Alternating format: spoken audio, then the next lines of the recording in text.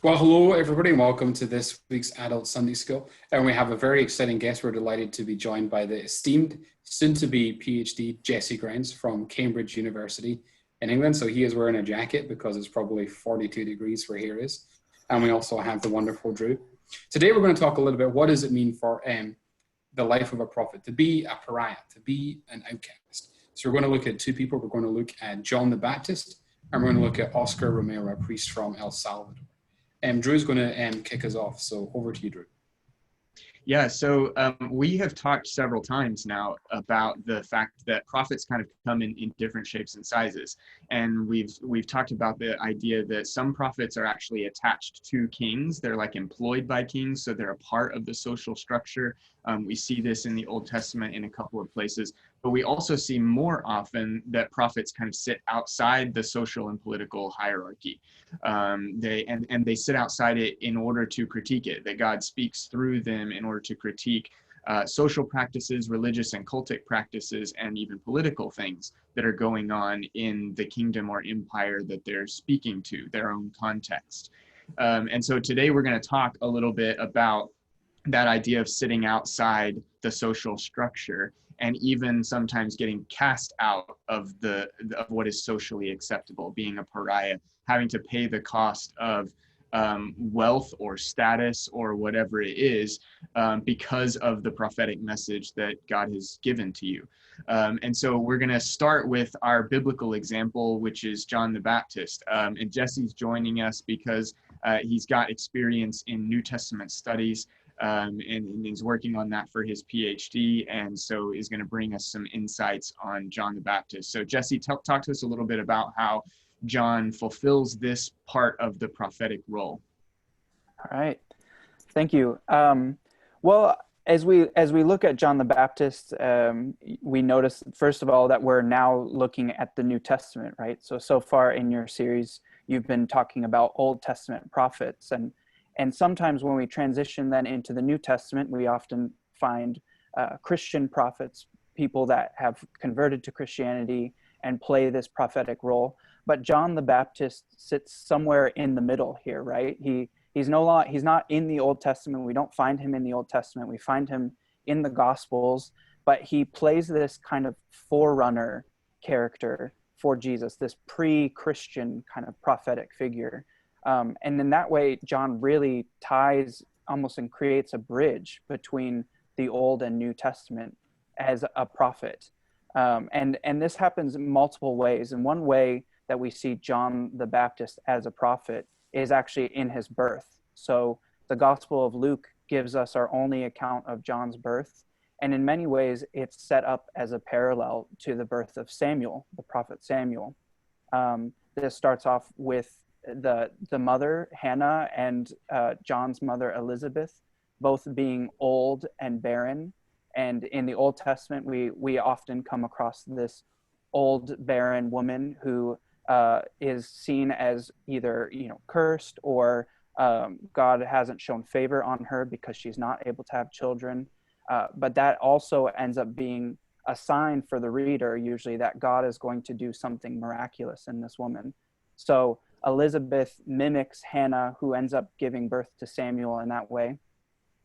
Another thing would be that Hannah's husband, or after Hannah is praying that God would give her a child, it says in 1 Samuel 1:19 that Elkanah knew his wife Hannah, and the Lord remembered her.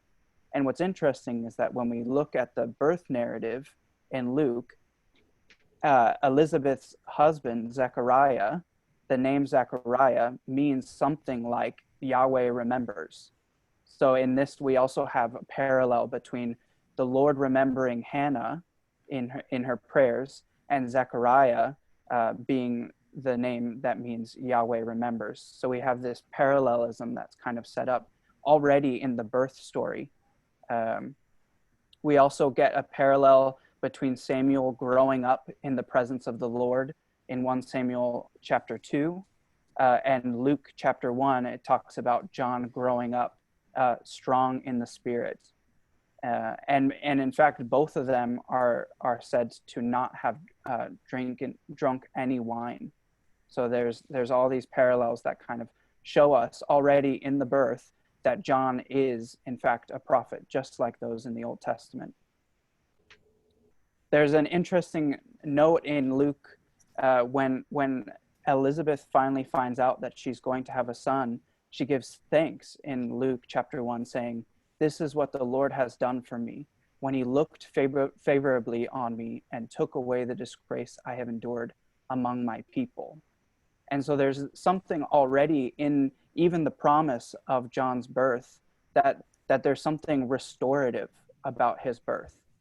We're told about Elizabeth and her husband Zechariah that they're righteous, but because Elizabeth is unable to have children, the society looked on her as if she was unrighteous or impure. There's something about not being able to have a child that made the people around her look unfavorably upon her. And so something already in this message that she would give birth restores her in her place in society. And we'll find in John's message as he grows older, this same type of message, this prophetic message of restoration that says, although society may look at you one way, God has a plan, right? And that we can no longer observe people based on these set kind of social understandings, but that God is actually going to restore us. And this happens already in John's birth. And finally, John as a prophet is portrayed as the new Elijah. And when we look at the end of the prophets at the book of Malachi, we already see this announcement that the Lord announces, "I will send you the prophet Elijah before the great and terrible day of the Lord comes." Now, Elijah, as you might remember, was taken up. He never actually died. He was taken up. And so there was always this expectation that maybe one day Elijah would return. And the Gospels pick up on this theme, that the promise of Malachi that Elijah would one day return, they pick up on this theme and they portray John as this returned Elijah. That happens already in the birth announcement in Luke chapter 1, where the angel Gabriel says to Zechariah, "With the spirit and power of Elijah, he will go before him to turn the hearts of parents to their children." And then when we follow John's career along the Jordan, we notice that John is most likely on the east side of the Jordan, which doesn't seem to really matter that much. But when we look back at the story of Elijah, we find out that when he was taken up, he had actually crossed the Jordan to the east side and was taken up. And so it's fitting that John's ministry would take place on the east side of the Jordan as he plays this new Elijah, this return Elijah figure that comes to prophesy. And finally, we see it even in the outfit that John's wearing. So John is depicted as wearing a hairy cloak and a leather belt around his waist, right? A cloak made of camel's hair. And when we look back at 2 Kings or 2 Kings, we find that Elijah is a very hairy man and wears a similar leather belt around his waist. And so John himself, even in his clothing, seems to be intentionally picking up on this idea that he is, in fact, this returned Elijah, and he has a reason for being there. Yeah, I'm reminded as you were talking, Jesse, about the little details. I'm often talking to my interpreting the Bible class about how some of the little details we don't pick up on just because we're 21st century readers. And geography is one of those things. Yeah. That like when we read geography in the Bible, mostly we don't have any clue where it is exactly or what's going on there. But we particularly don't pick up on the significance of it. We might even think, yeah, I kind of know where the Jordan River is and I know what east is from west, but we wouldn't know the significance of being Right. east of the Jordan and how the gospel writers are connecting that back to the prophet Elijah. Yeah, exactly. And there's all types of things caught up in there as well, because when we see John doing his baptizing ministry, we hear about all these people coming from Judea. And if he is on the east side, that means we have these groups of people that are actually crossing the Jordan to come to John the Baptist. And there's all kinds of imagery that's tied up with crossing the Jordan, all kinds of Exodus imagery, right, that's tied up with crossing the Jordan. And so, yeah, geography is very significant, I think, for understanding, especially the significance of John's ministry. Yeah. That's good. Can you talk then, Jesse, a little bit about kind of the significance for how John's life gets tied to Jesus's in terms of being a forerunner? Yeah. Well, the big thing to realize is that when we look at the Gospels, right, Jesus is clearly the main character, right? And he's clearly the central focus of the Gospels.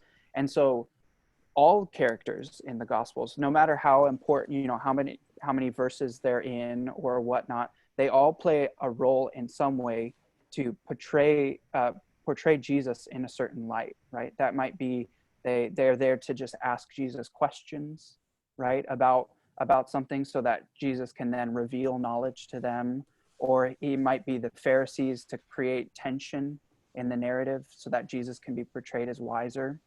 And so when we read about John in the Gospels, we need to keep in mind that in many ways, John is there specifically to shed light on Jesus and Jesus's ministry.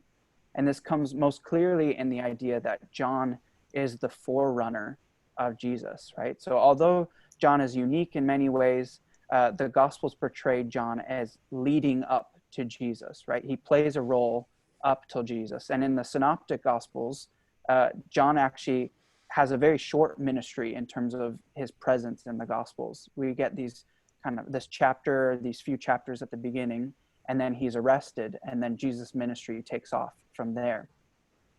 But each Gospel has a different way of portraying John as the forerunner. So in Mark's Gospel, we have the verse in the beginning of the Gospel, right? That's how Mark 1 starts, right? The beginning of the Gospel. And we might expect as kind of 21st century readers to hear some message about, you know, the cross or the way we normally think of the gospel. But Mark actually begins immediately with John. So in some ways, John literally is the beginning of the gospel for Mark, that you don't have a start of the gospel without John's ministry. And so it's very significant that we understand how John starts off the gospel in this way with his ministry. In Luke, as we've been talking about, John's birth actually parallels Jesus's birth in so many ways. So we have this appearance to Zechariah of an angel promising that his wife would give birth. And then an angel appears to Mary saying that she's going to have a son. And when both Elizabeth and Mary are pregnant, Mary goes to visit Elizabeth because they're related. And when they meet, the baby in Elizabeth's stomach, John the Baptist, actually leaps when they meet. And so in the entire birth narrative of both John and Jesus, John is portrayed as kind of being less than, but also leading the way for Jesus's birth and then his ministry. Mm-hmm. In John's gospel, we find that actually two of John the Baptist's disciples end up being Jesus's first disciples. So there's a sense in which John's gospel shows how John's ministry actually leads into Jesus's ministry, even in the way that they gathered disciples around them, and the way these disciples moved to follow Jesus after joining John. And in Matthew's gospel, we find the exact same words, the exact same message of John the Baptist in the mouth of Jesus, which is repent, for the kingdom of heaven has drawn near. Right? So this is the message that John has gone about preaching about the kingdom of heaven coming near. And when Jesus starts his ministry, he uses that exact same message to start his ministry. So each gospel in this way kind of creates these parallels.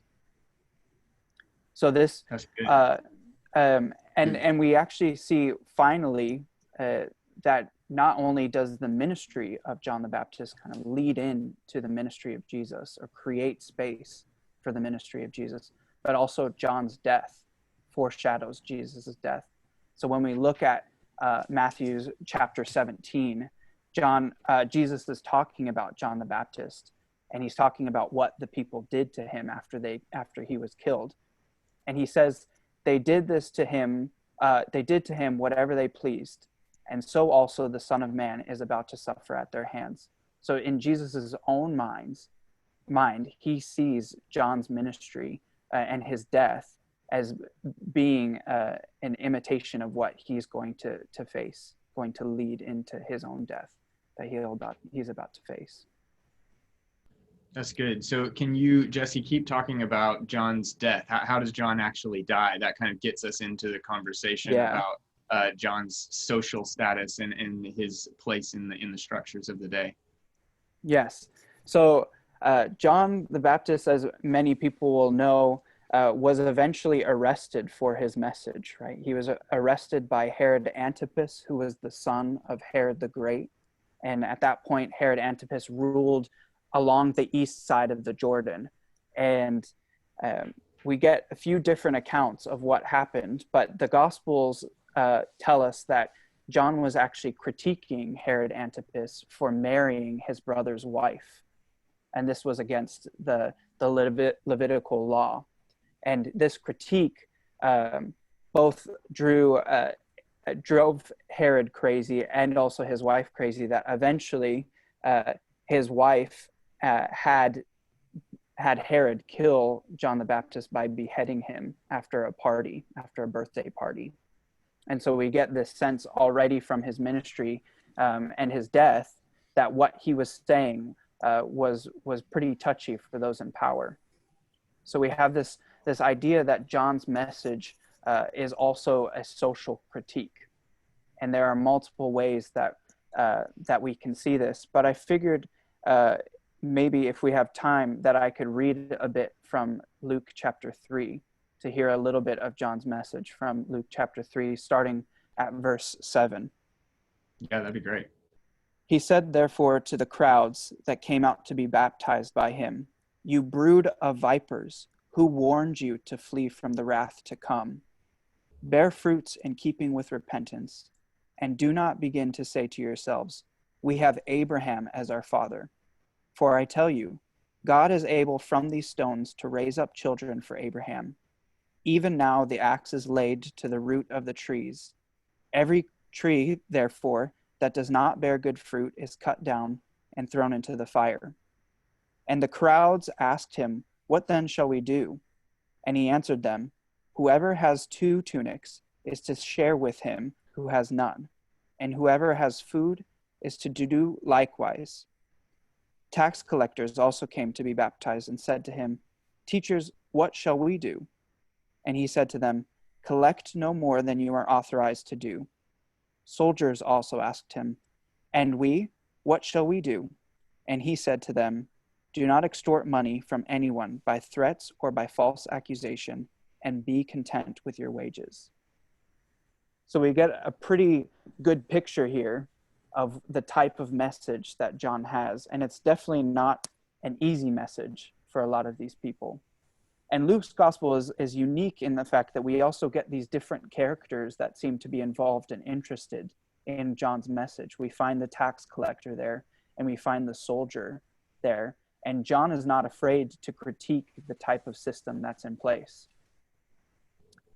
I think one of the interesting things about John's social critique is found in his statement, God is able from these stones to raise up children to Abraham, right?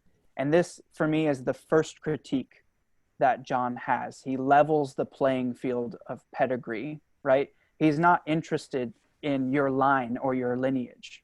And this is significant because John the Baptist himself was the son of a priest, right? He came from a pure line of Aaron, both on his mother's side and his father's side. His father was a priest, and yet we see John out in the wilderness, and he's critiquing this idea that just because you're a child of Abraham, just because you have a proper lineage, does not give you any priority in this, right? God can make children out of these stones, right? So he critiques this kind of religious nepotism.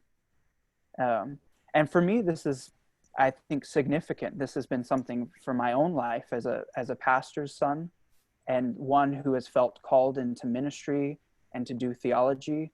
I often struggle with these tensions where when we look at society around us, when we look at Christian institutions, we often find that this type of nepotism actually causes real problems. You look all around us, we find that father starts ministry or some institution, and the son automatically inherits this, and there's all kinds of scandal involved. There's all kinds of problems here.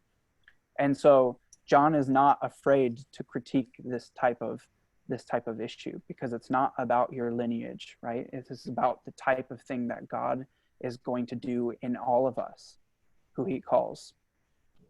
That's good. Can you, Jesse, talk a little bit more about the kind of position that John holds as son of a priest, and how that ties into what he's critiquing in the kind of religious structures as well? Yeah. So what's fascinating is we find John out by the Jordan River, and he's preaching this message that we've just read from, but he's also baptizing, right? And it says that he's baptizing, he's giving a baptism for forgiveness, right? And this idea of forgiveness is really important, because this forgiveness for a first century Jew happens primarily by offering sacrifices in the temple, right?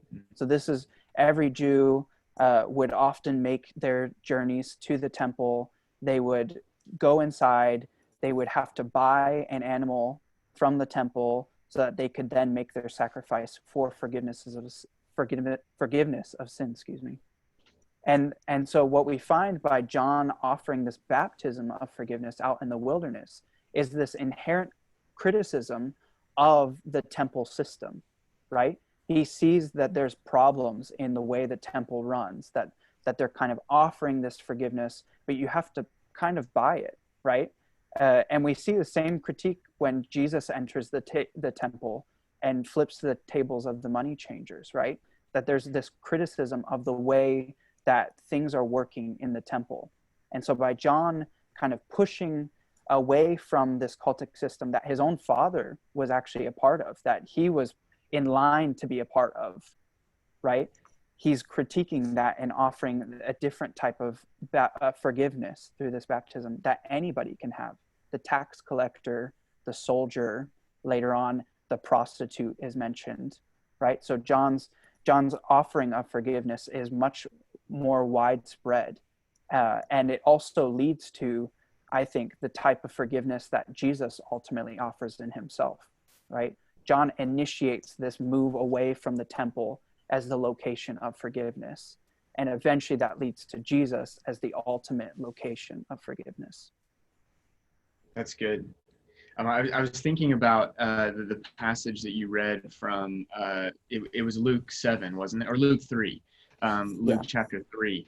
And I'm kind of connecting things to our current situation today, and just thinking about last night's presidential debate, and thinking about how we saw such a huge example of kind of incivility or uncivil discourse, at least at the base level. I mean, it was chaos, but I'm kind of thinking about this idea of civility, and thinking about, like, I'm for civil discourse in the way that we speak to one another and all those kinds of things. But I was reminded, as you were reading from Luke 3, that, like, John and Jesus later on has some really choice words for certain groups at certain times. So the idea of, like, speaking truth in love doesn't mean that we don't kind of hit the nail on the head sometimes, which is what it really feels like John is doing in that message. And that kind of gets at the idea that when he hits that nail, it really does have reverberations. The social implications of it are almost immediate for him, or they're at least immediate in the gospel narrative, that John sort of gets ushered off the scene and arrested because of his message. Right. I think it's interesting that our sort of presumption of civility and niceness is such an interpretation of the parts of Jesus we want to hear and the parts of Jesus we want to see in our church. And anything that is direct and challenging, which we see so much of in the Bible, we just don't want that to be part of our Christian discourse and our Christian dialogue. And we think that that's maybe reserved for some people, but that's not for us, really. Like, we can be that explicit and that head on with some of the critiques that we have. Yeah, absolutely. Yeah, we don't want a Jesus who calls the political leaders a fox, someone who's cunning or cheating in all these ways. but Yeah. but it's true, and this is there. And this is, I think, an important point to go back to this idea that John as forerunner to Jesus. And as the church, we often, I think, struggle to figure out how do we interpret John for ourselves? How do we interpret John's message for the church? And I think that's why it's important to recognize that John, being the forerunner to Jesus's message, and the way that Jesus kind of picks up the criticisms that John was leveling against these rulers, means that as the church, we actually do have a role to play in this type of social critique, right? As the body of Christ, we do inherit a similar message to that of John. I just had a ridiculous picture in my mind. I've never seen a nativity play that has John the Baptist cast in it, and when he's such an integral picture of sort of the Christmas story. So I wonder if maybe this year we can have a John the Baptist in the nativity play that just shouts, "You spent more on the turkey than you gave to the poor." Or like, what would his message be in the nativity? And it's just kind of funny that we have like this guy who jars with our message we want to put across. Let's just not give him a part, let's just remove him from the story altogether. Yeah, and Jesse, as you pointed out, Jesse, there's no birth narrative for Jesus in Mark. We actually get the beginning of the gospel as John the Baptist, which kind of goes to Jordan's point about the nativity. Like if we were to kind of bring together or hold in tension the narrative at the beginning of Mark and at the beginning of Luke, we would have some version of John the Baptist first in our nativity, and then the birth of Jesus as well. So it is a kind of interesting thing to think about, the beginning of this story of the gospel. Mm-hmm. Absolutely. That's good.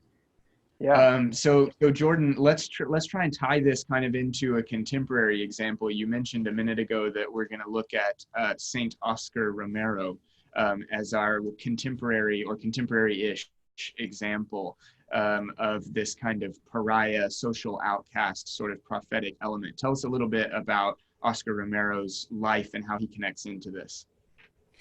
For sure, and I think there's lots of similarities with Oscar Romero and John the Baptist. So they both, and I think we've kind of hammered this point home across throughout this sort of prophetic series we've been doing, is that there's always two levels of critique. There's the holiness critique, if you like, that you're not living the sort of the religious, the personal life that people of God should be living.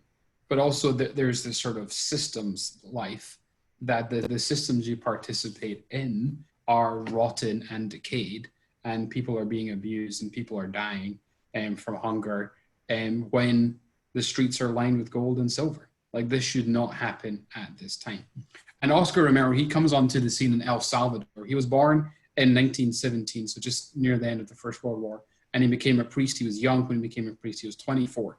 And El Salvador was going through this really interesting phase where Spanish Civil War happens in the 1930s, and all the colonies, former Spanish colonies, just fall apart. And so El Salvador has this wrestling to sort of find itself. And they end up with a right-wing government that's in there, and they have a death grip on the country. They are ruling with an iron fist, and any sort of dissenting voice is just crushed.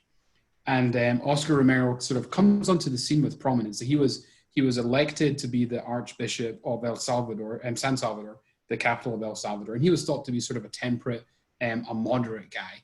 And he is so sickened and infuriated by just the obese neglect from the government that he starts to form this voice of social critique. And he has a friend who is assassinated, which is sort of the lighting point for him to kind of have this voice. And in the government at the time, there was just extreme censorship. And so he started to do sermons that were broadcast on radio throughout the country. And we all know with some of the murders this year of George Floyd, Ahmaud Arbery, and Breonna Taylor, that say their name has sort of become a trope, or a phrase that we're very familiar with. And as a challenge to power, people are saying, Mitch McConnell, say Breonna Taylor's name, or Rand Paul, the other senator in Kentucky, say her name. And what Oscar Romero would do before his sermons was that he would read the names of those that had been killed or disappeared by the paramilitaries that week. That's how he would start his sermons. And this would go out across the whole country. And you think of just the radical political implications of that when there's no censorship, when there's extreme censorship in the country, and news doesn't filter through. And this priest stands in this position where he reads the names of God's children who have been taken away, is just an extremely powerful picture. And he was also a man of meek sort of personal life. He lived in a cancer hospital in some sort of student doctor digs, and he was on the side of the poor. That he stood up and he spoke critique not only for the violence of the government, but critique for the money laundering and sort of lining their own pockets, the nepotism, like Jesse mentioned, that he held the powers to account of. You guys are lining your own pockets, and you're killing your own. He uses the phrase brothers and sisters all the time through his work. He says, the police and the soldiers, they're killing their brothers and they're killing their sisters. And so that just the neglect of fellow people, because seeing them as other, and just sort of the lining their own pockets. And he starts to become one of the fathers of liberation theology, which Drew and I have talked about before. And liberation is the synthesis of our salvation is not only spiritual, it's physical.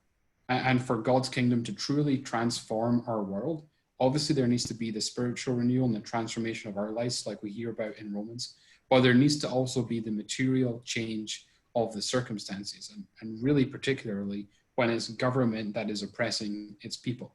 It says that the people of God need to be advocates, they need to be voices of change to critique and bring about the powers that be. And in a sermon, he says to his people, each one of you must be a microphone of God. Each one of you must be a messenger, and each one of you is called to be a prophet. So he's calling people into this same work as well. And microphone is sort of powerful, as I have pictures of the sort of the protest on the street, as there's somebody with the microphone, and when they've blocked off traffic, they're standing in the middle of the road in downtown San Salvador, and they're critiquing power. And that's the picture. I think it's a really powerful one of him calling his people to be critiquers of power. And we might even think of Romero on the microphone himself, because these were going out over radio, right? Like he's kind of connecting it to the act itself. Yeah. Mm-hmm. And so he just really hacks off the government as he is doing this. And then he is assassinated. And legend has it's in the act of communion when he is assassinated, that he is lifting up the bread. I don't know if you've been to a Catholic mass before. They have the little wafer and he lifts it up. And as it is above his head, he gets shot in the heart, is the legend. And that happened in 1980. That happened. And a few days later, his funeral took place, and 250,000 people in the middle of government oppression and a civil war lined the streets for his funeral. And they said that this was the most significant political moment of the 20th century in Latin America, that the people marched en masse right in front of the government capital to say that he was our man, he spoke for us, and we're coming for you, is sort of the message that they had. So a really, really powerful picture of his death there. And he was beatified, he became a saint in 2018. And it kind of important for Pope Francis, and he was the first Latin American saint, and seemed to be a man who was incredibly on the side of the poor. And Drew, so I was thinking that sort of the language of social justice, particularly, whether it's in terms of meeting social needs, or particularly in the past few months or even this whole year, in terms of how we talk about racial equity, I've heard and I've received personally critiques of that's just Marxism, that's just socialism.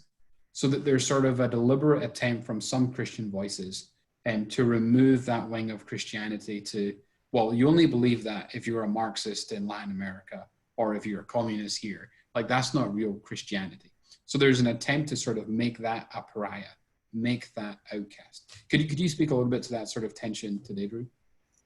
Yeah, I mean, I think that something of what's going on there is that we hear what you and I, Jordan, and Jesse, what we're talking about today, we hear a message that has that prophetic edge, a kind of a critique of some sort that has to do with the social structures, the political structures, the religious structures.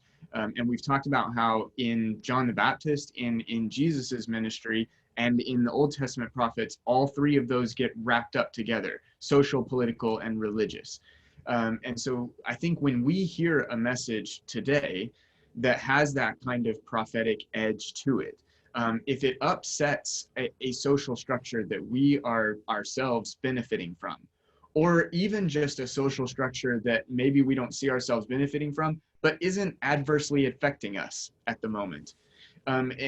Something that we think like, well, maybe I don't have to care about that, or I have the privilege of not having to care about that. When we hear someone giving a prophetic message that upsets that kind of structure, we want to tie it to something else that upsets structures. And we reach for a label that will allow us to either distance ourselves from the prophetic messenger or kind of intentionally outcast the prophetic messenger. And so we reach for a label like communist or a label like Marxist, because we know that nobody likes Marxists and communists in the US, at least. So we reach for a label like that. And other labels get then added into that basket of labels that we can reach for that will show that we're not that kind of social critic, that we're not that kind of person who rocks the boat. Labels that have gotten added to this over the last several years is something like social justice warrior. In social media structures, it gets shortened to SJW. And if you get that label, then someone's trying to put you in a basket of you're trying to upset structures that you have no business upsetting. You've got a message that it has a prophetic edge that you have no business speaking. That's the kind of pushback that ends up happening. And I think it just comes from we kind of instinctually don't want the social structures that we benefit from to get upset. And so we reach for these labels that provide distance for us, or kind of, socially outcast the messenger.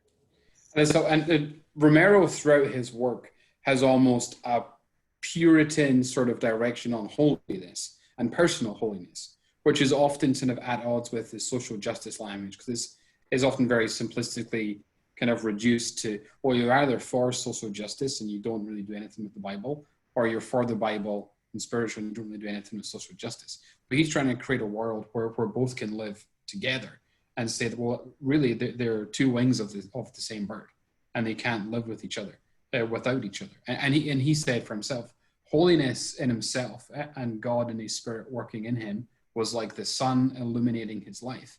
And when the sun shines, you see the beauty more, but you also can't hide from the brokenness and the darkness. And that's sort of the language he uses, that the sun illuminates everything. And once you see it, you can't unsee it.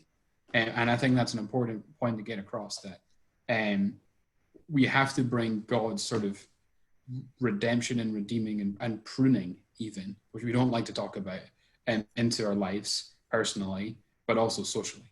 And we're very quick to have sermons about personal sin, whether it be greed, whether it be sexual addiction, like whatever it is. We're very comfortable to hear one of those sermons. But if we hear a sermon about social sin, we're like, whoa, that's not Christianity, that's communism, goodbye.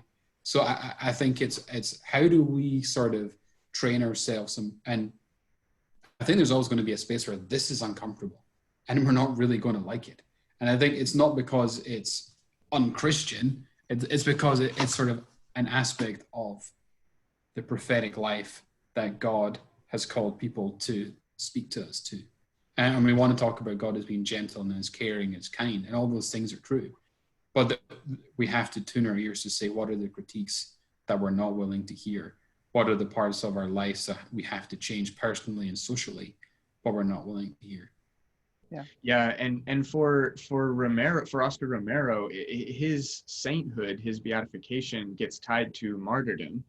Or is contingent on him being labeled by the Catholic Church as a martyr. And so Romero, but actually Romero's social outcast status carries on long after he dies, because he is martyred, assassinated in 1980. But then for 25, 30 years, there is a debate in the Catholic Church over whether or not his assassination was a martyrdom, which again is that example of kind of divorcing the social and political from the religious. And that Pope John, that reminds me of, sorry, Jordan. Paul and Pope Benedict didn't want to have anything to do with Yeah. his, so they sort of essentially just filibustered it and just kind of put it on the back burner, and it was only Pope Francis that did the work to kind of bring it through. Yeah, and it's a reminder of kind of the way martyrdom functioned and was viewed by the early church is more with this kind of integrated aspects of social and religious. Jesse, give us a couple of like examples from the early church of martyrs and how that kind of idea gets connected in. Yeah, well, I mean, we first need to recognize that in the first and second centuries, kind of in the first centuries of Christianity, there's very little distinction between kind of the religious life and the political life, right? The powers, the Roman Empire was a religious institution as well, right? The emperor was the chief priest, if you would, of the Roman institutions and their gods. So by Christians even kind of holding to their beliefs and these types of religious ideas in contrast to those of the empire, were making political statements, and that often led to their death, especially later on in the few centuries. So we know that the majority of the disciples were martyred, right? We have these stories of Peter being crucified upside down, or Paul being beheaded in Rome, right? But even after the New Testament, we have these stories of a man named Polycarp, who was a disciple of John, who eventually was martyred. And this quickly, the idea of martyrdom in early Christianity begins to develop into this idea of kind of becoming as close to Christ as possible, right? That in your martyrdom, that is the closest you get to being like Christ, because you literally are sharing in his sufferings, right? And so that becomes this ideal of what it really can look like to be a Christian in this kind of sense of complete self-giving over to this Christian life and to the community. And to some extent that eventually Christians had to start warning others about not just going out and giving up your life for no reason, right? And this has to do again with understanding, this tension between, is this martyrdom or did you just get yourself killed type thing, right? And this is a tension that I think a lot of people had, because they were either forced to kind of give in to political systems by, signing these papers and making sacrifices to pagan gods, or they might actually be killed if they only confessed Christ. And so this idea of martyrdom as being the pinnacle of Christ-likeness really takes shape in early Christianity and is still alive today in a lot of places around the world that really struggle with these same issues of being a Christian in a context that doesn't really allow that.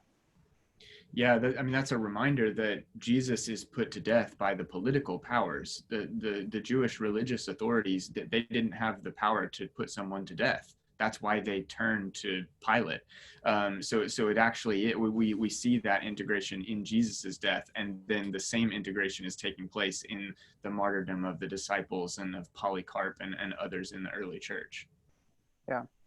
Yeah, and that's how they get the Jewish leaders got Jesus crucified by basically making up some lie about how Jesus was trying to overthrow or tell people not to pay their taxes, right? That's what really got Pilate in the first place, was this idea that he somehow posed a threat to their systems of taxation. Yeah. That's good. Well, I have really appreciated this conversation. Jesse, thank you so much for joining us all the way from Cambridge. Really appreciate your insights and appreciate you staying up late, because we recognize that it's 5 hours later there. So it's bedtime for Jesse. Jordan, you want to close us out? Sure. Well, thank you for joining. It's been a really good conversation. Glad to have you, Drew, as always. And Jesse, thank you for dropping in on us. And we're going to take a little poll at the end of it for who has had the nicest bookshelf. So you can vote in an email for who wins that competition. But delighted to join us. Thank you for your time, Jesse. Thank you for your time, Drew. And I hope that as you've watched, you've enjoyed our conversation. Take care, and we look forward to you guys tuning in next week.